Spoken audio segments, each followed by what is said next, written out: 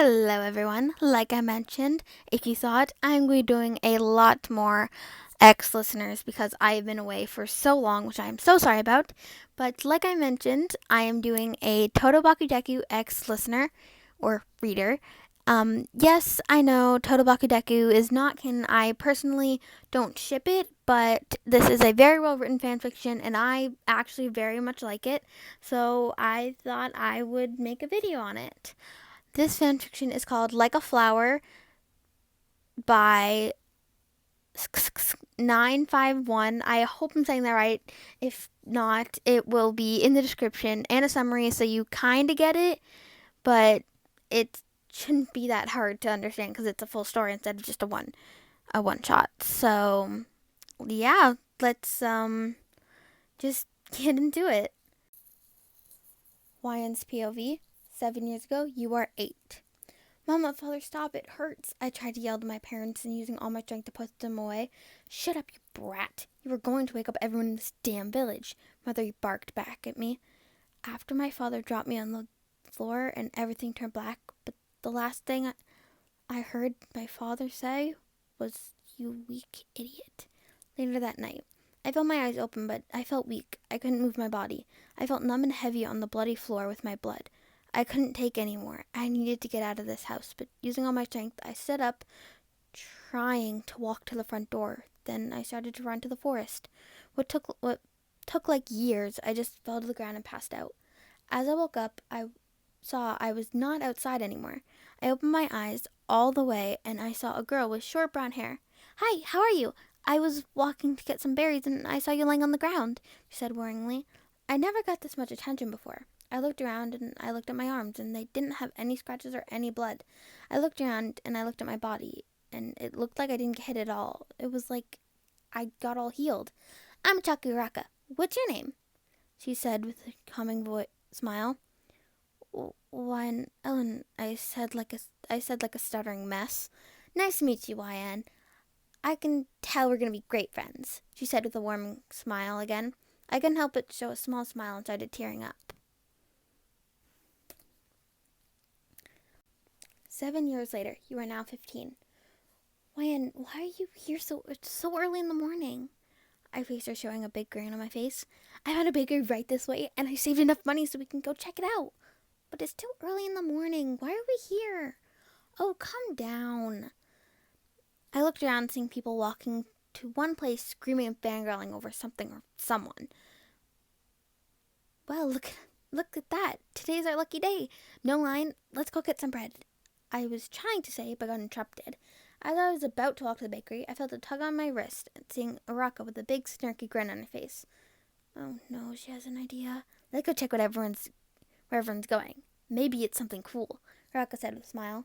She started to drag me to where the people were at, with a big grin on her face. I can see she's excited. But the bakery, I want some, I was trying to say, but just gave up.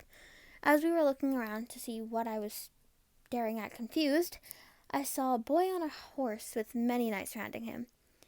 He has red and white hair with a scar on his left side of his face. He's so handsome, I heard a girl shout out with a smile. Rocket, after this, I'm going to kill you. Out of nowhere, I saw two kids playing together, giggling and laughing, as one of them was chasing the other. They were close by getting hit by the horse and knights. Soon I saw one horse panicking and stopped right in front of the terrified kids. Get out of the way, kids. The prince has somewhere important to get to, one of the knights was saying. The kids were frozen with fear, shaking. The knight got angry and took out a sword and was about to hurt the kids. Without thinking, I ran and got in front of the kids and moved them aside, but I got caught in my right arm. Hey, why don't you fight someone your own size and stop scaring these kids? I snapped at him. YN, Rex said, not knowing what to do. After the hit, did it hurt? Yes, it did. It felt like hell, but I'm already living in a living hell, so it's fine. I'm sorry for the terrible trouble. We will now be on our way. Raka started grabbing me and the kids out of the way. Wait, I thought the boy on the horse says, but we already left. We said goodbye to the kids and started running back to the forest. Uraka, I want to go to the bakery, I complained. Well, not anymore. What were you thinking, Wyan? You almost died. But I didn't, and I want food from the bakery we're supposed to go to, but didn't. I pouted. Wyan, I'm serious, Uraka said, looked in her eyes, worried, healing her arm. And I am too. I wanted my food. I'd rather die from a sword than an empty stomach, I complained. I want to get mad at you, but Uraka was about to say, but got interrupted by a knock on the door. Uraka opened it. Hey, Uraka-san, a boy with green hair said, and a cute little smile on his face. Deku-kun, what brings you here?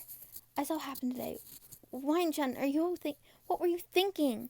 Deku questioned. Hey, if it wasn't for me, the kids would have gotten hurt, I yelled. And I need a cookie, I pouted. Well, I knew you'd say that, so I went to the new bakery next to the shoe shop. Deku said, bringing out some bread. Did you... I was about to say, but I got interrupted with a blush on my face. Maybe, Deku said, blushing as well. I've been friends with Midoriya for a while, but we aren't as close for some reason. I want to hang out with him, but every time I go to his house, I see his mom watering some plants and says he's not home. But his mom is really nice, so she asked me for tea, so now I'm not there for Midoriya. I'm just there for his mom. Love. She's like the mom I always wanted. Well, I gotta get going. I'll see you guys later, Deku said, opening the door. Bye, I stuttered. Why am I stuttering?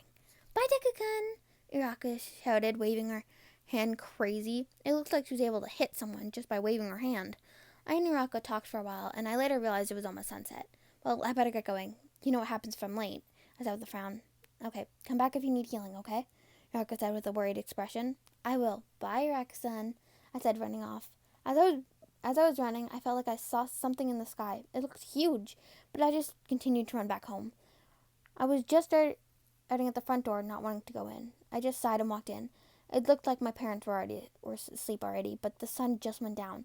I thought they would still be awake, but I'm glad they were asleep. Where were you, brat? Mom said with a disappointing face. I was going to explain where I was, but got stopped by my father. What felt like hours of torture, I wanted to cry as my parents were walking back to the room. Why? I sobbed. As I was trying to get up and plan to exit the house, I started to run to the forest to go talk to Uraka and ask her to heal me again. With all my strength, I was able to arrive to her house. I knocked on the door, but without hearing footsteps, I heard mumbling. Did Uraka invite friends? Why so late at night? Uraka opened the door, and the moment she did, I fell on her, but she was able to catch me. Wyan! I was in her arms. I passed out, but I was glad my best friend was there to help me. Mommy, I love you so much. Why do you hate me? Get out of the way, you brat. Idiot. And you want to be a fighter, and you can't even handle your own parents? The moment Dad was about to slap me, I woke up breathing heavily. It was just a dream. Wyan, are you okay? Last night you just... Uraka said worryingly, but got interrupted by me grabbing her and giving her a hug. Thank you, I said, then dropping a tear from my face. I want you to meet a couple of people of mine. We might need your help, Uraka said, breaking the hug, got up smiling. I looked at her with confusion. Well, that explains the muttering. Then I sat up from her bed and walked into her little, messy living room area, seeing Midoriya and two other boys fighting and Midoriya trying to break them apart.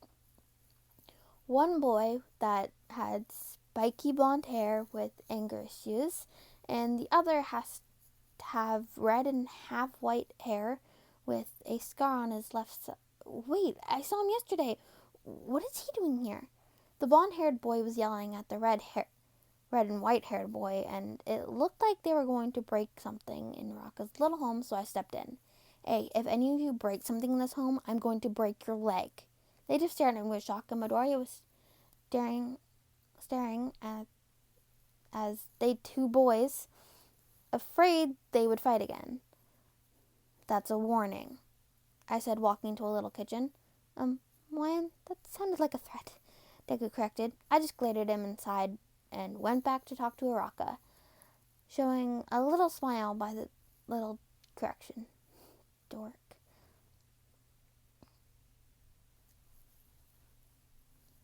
We were all sitting at the floor, eating silently. Should I make a conversation or just...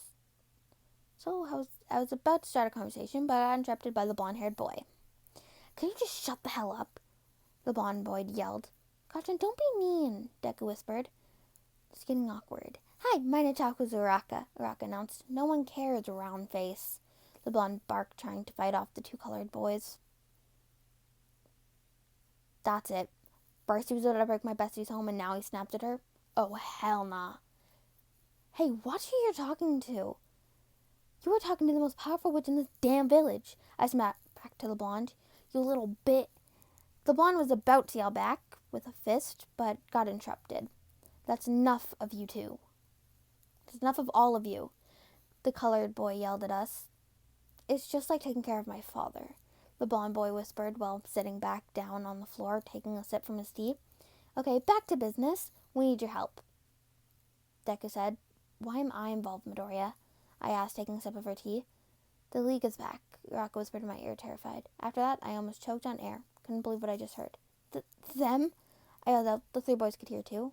Yeah, and we were wondering if you would like to help us save the village, Deku asked. I don't even know you guys well. Mostly them two. I pointed at the colored and blonde-haired boys. Oh, my apologies. How rude of me. The colored-haired boy said, getting up and walking up to me, made me stand up too, confused by what he was doing. I am Prince Todoroki Shoto. Honored to meet you, miss. Todoroki said, grabbing my hand and kissed it. Wyan, I said, trying not to show my blush by his actions.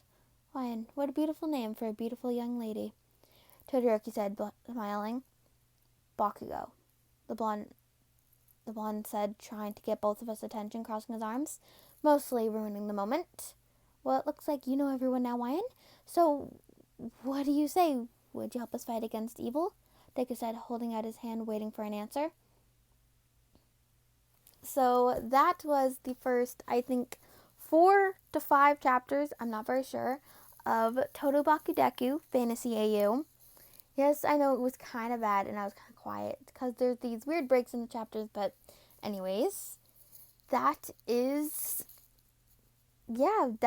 how much I'm going to do today because this is getting kind of long, but if you guys want me to get into it, please let me know. And if my comments do not work, I will put my Discord in the description. So please join that and ask me any questions you may have. And I am sorry for the mic quality. I am using a headphone mic because I do not have a real one yet. But yes, I am once again sorry for not posting so much. I am actually about to go do more of these parts. Because even though you guys may not like them, I do care that if you like them or not, but I enjoy making these, so I am going to be making a lot more videos. But yeah, that is it for today's video. Please, if you would like, and if you like this video, please like, subscribe, and yeah, I'll talk to you all next time. Goodbye, my peeps!